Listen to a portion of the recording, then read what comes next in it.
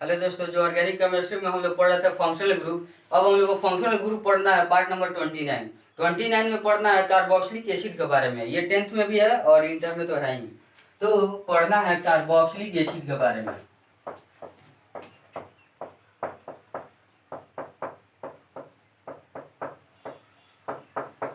Carboxylic acid के बारे में तो बता दें कि जो फंक्शनल ग्रुप होता है कार्बोक्सिलिक एसिड का, वो क्या होता है?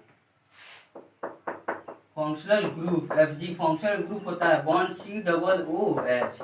या और में हम स्ट्रक्चर कैसे बना सकते हैं, ये वाला, ठीक। बॉन्ड COOH या bond C double bond O bond OH, यही है क्या फंक्शनल ग्रुप किस चीज का, कार्बोक्सिलिक एसिड का।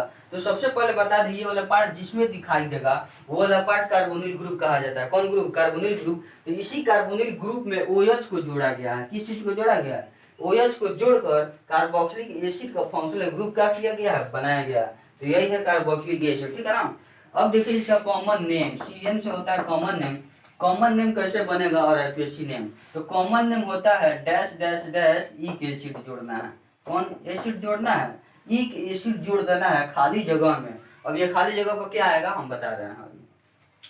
अब देखिए आईपीएससी नेम के बारे में। तो आईपीएससी नेम कैसे दिया जाता है इसका? तो जो अल्केन वर्ड है, कौन वर्ड? अल्केन। इसी अल्केन में का ई को क्या करते हैं, माइनस कर दिया जाता है, निकाल दिया जाता है। और उसके बदले में क्या जोड़ दिया जाता है? Oic acid. ओइक एसिड को हम क्या करेंगे, जोड़ देंगे। देखिएगा ध्यान देना है, कॉमन नेम में ईक एसिड जुड़ता है और आईपीएससी नेम में ओइक एसिड को जोड़ा जाता है। कौन एसिड को? ओइक एसिड को जोड़ा जाता है, हो जाएगा ओइक एसिड।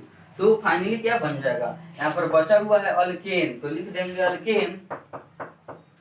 अल्केन। अब इसी अल्केन में ओइक एसिड को जोड़ देना है, आ जाएगा यहाँ पर ओइक एसिड, यानी हो जाएगा अल्केनोइक एसिड, ये हो जाएगा। इस पे एग्जांपल देखा जाए, जैसे एग्जांपल नंबर 1 में हम जानते हैं कि यही ना है फंक्शनल ग्रुप किस चीज का, एसिड का, ये कार्बोक्सिलिक एसिड का।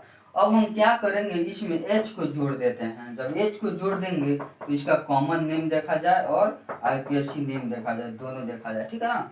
तो चलिए कॉमन नेम में कहा जा रहा है कि डैश डैश डैश ईक एसिड होगा। क्या होगा? Dash dash dash ईक acid. तो यहाँ भी हम दे देते हैं डैश डैश डैश ईक एसिड, यहाँ पर लिखेंगे कॉमन नेम। अब बताइए डैश डैश के जगह पर क्या आएगा, यहाँ ध्यान दीजिएगा, बता रहे हैं। डैश डैश के जगह पर क्या आएगा, यहाँ ध्यान दीजिए। For common name, for common name where जहाँ, फॉर कॉमन नेम वेयर जहाँ fill in the blanks, fill in the blanks, blanks present, ठीक है ना। फॉर कॉमन नेम देखिएगा, कॉमन नेम के लिए for common name where fill in the blanks present, common name देने के लिए जहाँ फिल इन द ब्लैंक्स क्या है, fill in the blanks present है। तो बताइए फिल इन द ब्लैंक्स यही ना प्रेजेंट है, यही ना उपस्थित है। तो इसी फिल इन द ब्लैंक्स में हम कॉमन नेम कैसे लिखेंगे? तो अगर यहाँ पर, यहाँ ध्यान देना है, अगर यहाँ हाइड्रोजन है तो हाइड्रोजन के लिए लिखा जाता है फॉर, ठीक है ना। अगर यहाँ पर CH3 आ जाए, यानी ये CH3 आ जाए तो इसके लिए लिखा जाता है एसिड। क्या लिखा जाता है? एसिड, ACET, एसिड लिखा जाता है। इतना बात को क्या करना है, माइंड में रखना है। हाइड्रोजन के लिए फॉर्म और CH3 के लिए एसिड, और भी C2H5 आएगा तो वो एग्जाम्पल में हम बताएंगे, ठीक है ना। तो चलिए यहाँ पर हम देखते हैं, यही ना है एसिड। चलिए इसके अलावा हाइड्रोजन जुटा है, जहाँ बॉन्ड खाली है वहीं पर हाइड्रोजन जुटा है। तो हम कॉमन नेम देने जा रहे हैं डैश डैश डैश ईक एसिड है लगा हुआ है। क्या लगा है? डैश डैश डैश ईक एसिड लगा है। तो हम जानते हैं कि डैश डैश के जगह पर हम क्या लिखेंगे, यानी डैश डैश मतलब फिल इन द ब्लैंक्स, रिक्त स्थान। तो जहाँ पर रिक्त स्थान है यानी फिल इन द ब्लैंक, जहाँ प्रेजेंट है, उपस्थित है, वहाँ हम कॉमन नेम कैसे देंगे? देखिए यहाँ पर अगर हाइड्रोजन लगा है तो फॉर्म लिखेंगे, अगर CH3 लगा है तो एसिड लिखेंगे। यहाँ पर हाइड्रोजन लगा है तो क्या लिखेंगे? फॉर्म। यानी यहाँ पर हम क्या डालेंगे, फिल इन द ब्लैंक्स में क्या लिख देंगे, FORM, फॉर्म। तो हो जाएगा फॉर्मिक एसिड। कौन एसिड हो जाएगा? फॉर्मिक एसिड हो जाएगा, FORM फॉर्म, और ये है E, तो हो जाएगा फॉर्मिक एसिड। आप लोग नाम सुने होंगे फॉर्मिक एसिड का। अब देखिए आईपीएससी नेम कैसे दिया जाए। इसमें टोटल कार्बन कितना है, टोटल एक कार्बन है, तो एक से होता है मीथेन, होगा ना, सिंगल बॉन्ड है। तो मीथेन, उसी मीथेन में यानी अल्केन यानी मीथेन में ई हटाएंगे, ओइक एसिड को जोड़ेंगे, यानी देखिएगा यही है मीथेन, METHAN ई मीथेन। इसी मीथेन का ई, अल्केन का ई को हटा देना है और इसी में ओइक एसिड को जोड़ देना है। तो चलिए ई को हटा दिए और ओइक एसिड को जोड़ दिए, आ गया ओइक एसिड। इसका नेम क्या होगा, मीथेन ओइक एसिड, आप लोग इसका नेम सुने होंगे।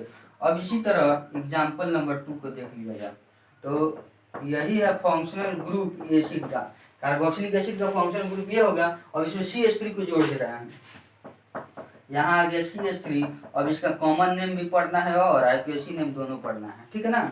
तो कॉमन नेम यहाँ लिखा हुआ है डैश डैश इक एसिड, तो हम भी लिख देते हैं डैश डैश इक एसिड, लिख दिए डैश डैश इक एसिड।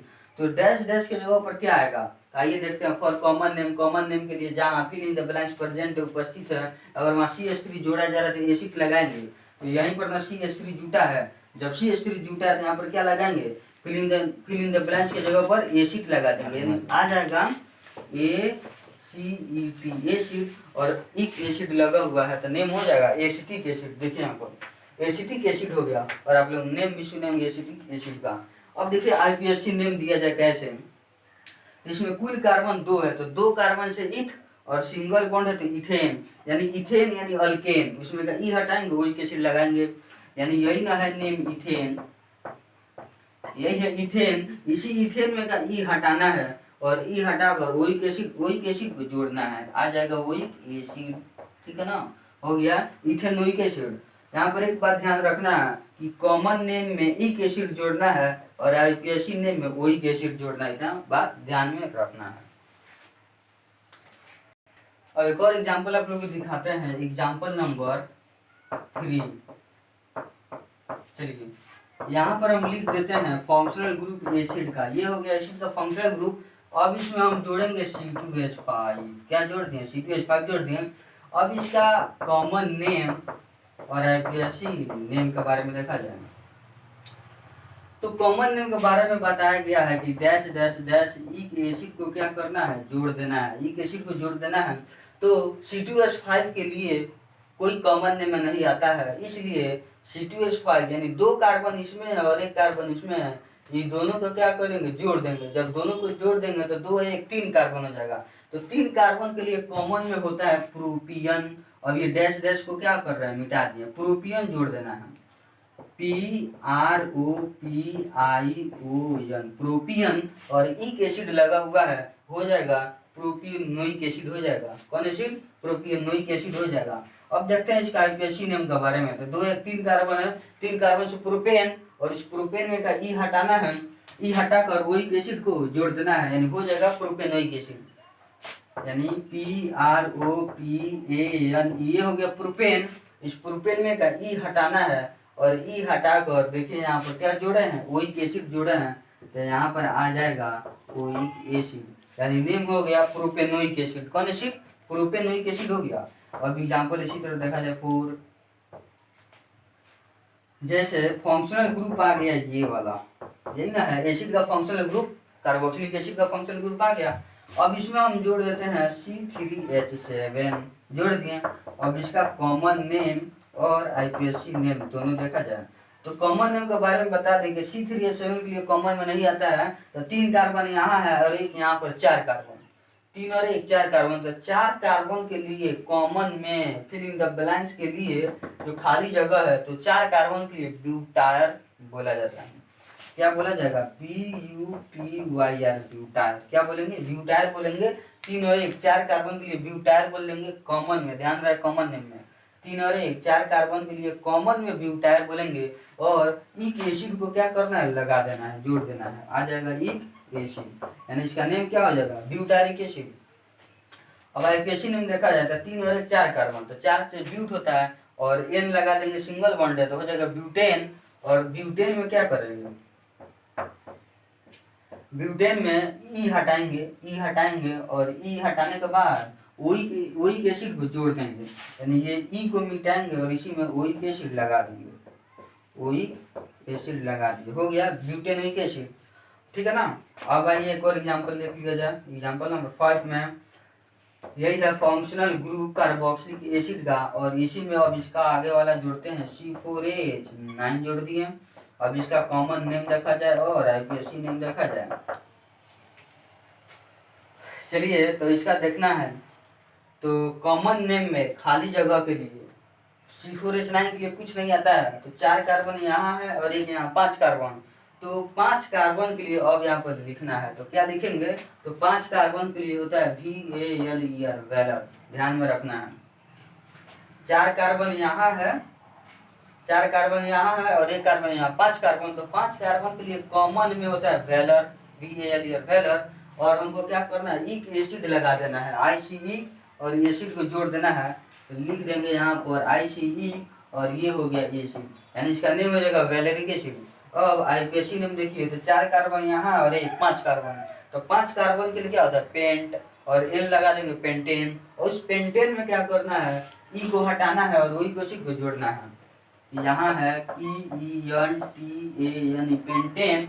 इस पेंटेन में ई को हटाना है, ई को हटा दिए और इसके बाद ओइक एसिड को जोड़ देंगे, हो जाएगा पेंटेन ओइक एसिड हो जाएगा। चलिए उम्मीद है कि समझ में आ चुका होगा और वीडियो एंड